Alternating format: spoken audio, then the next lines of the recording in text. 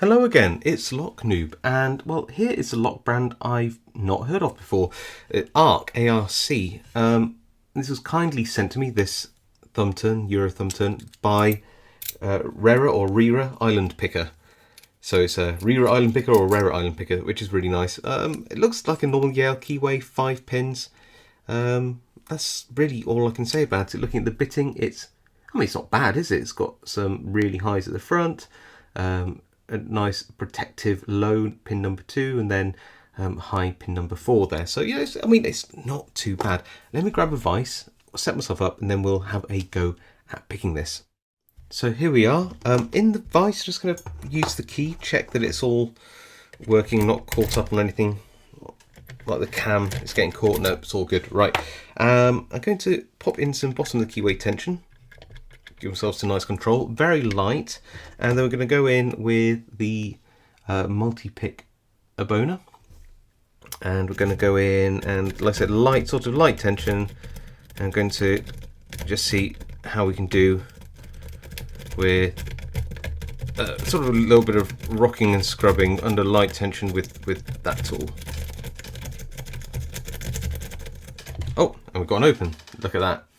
Okay. Let's short hook. Let's lock that back up somehow,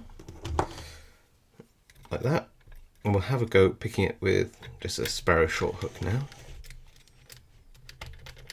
There we go. Same thing, sort of light tension. It's going to go in. Little click on 4, pin 1. Oh, and pin 3. We're open. That was surprisingly easy, wasn't it? I wonder what's going on inside there. Right, one way to find out, which is, try and find a place to put that, just to gut it. So I think we're all locked back up. So grab gut wrench, pop out that circlip, and then what I might need to do, actually, thinking about this, is I should have. I'm going to have to use a front follower, so I'm going to have to quickly re-pick it, aren't I? Just didn't think about that.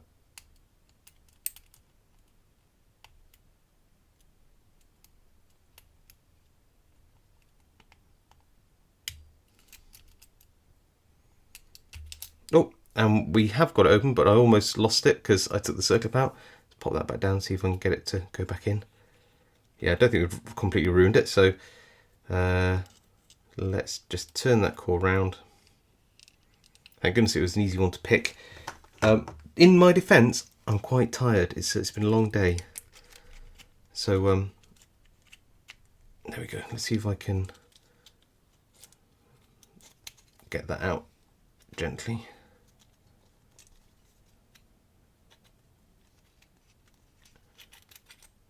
I think we did it. Yep. There's the core. And need to find a front follower. I've got one over here from the crappy lock picker. Just going to slide that in if I can. If I haven't completely messed this up. It appears that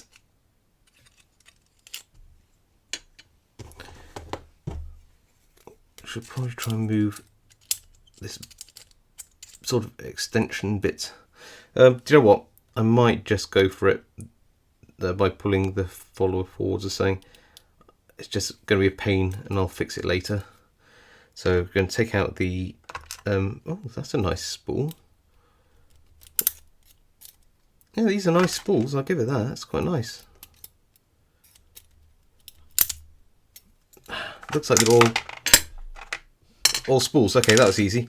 And looks like one of them's got a little master wafer in there. That's what was driving this mad. Is on a massive spring and it's pushing that out. That's causing me all sorts of problems.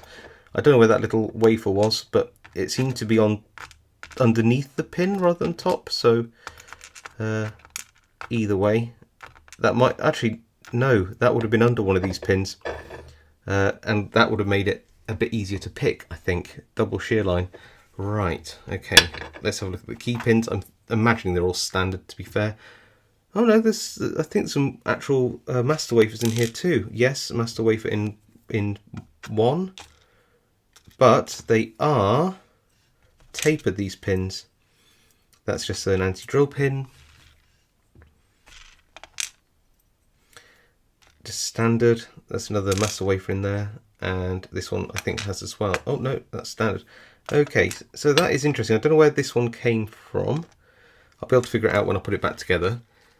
But here we go. Now, what's nice about this? So the spools are really nice.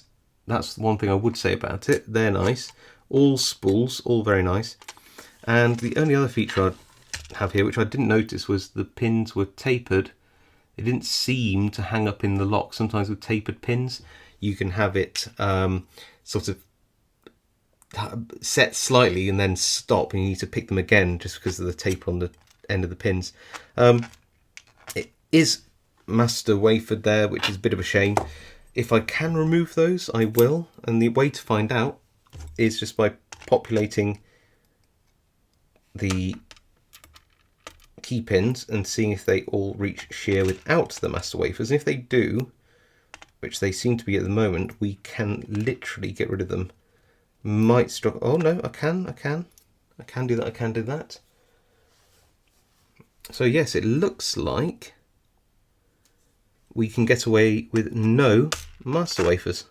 Okay, so do you know what? I thought that I would actually do a bit of a bonus because I've taken out the master wafers, therefore this should pick slightly differently. In fact, it should be, dare I say, slightly harder because all the spool pins will be active if they are right. So it's pin 3, 2, pin 1, pin 1 again,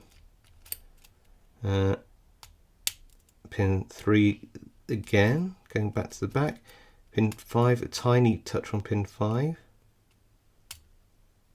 pin 4, and we're open.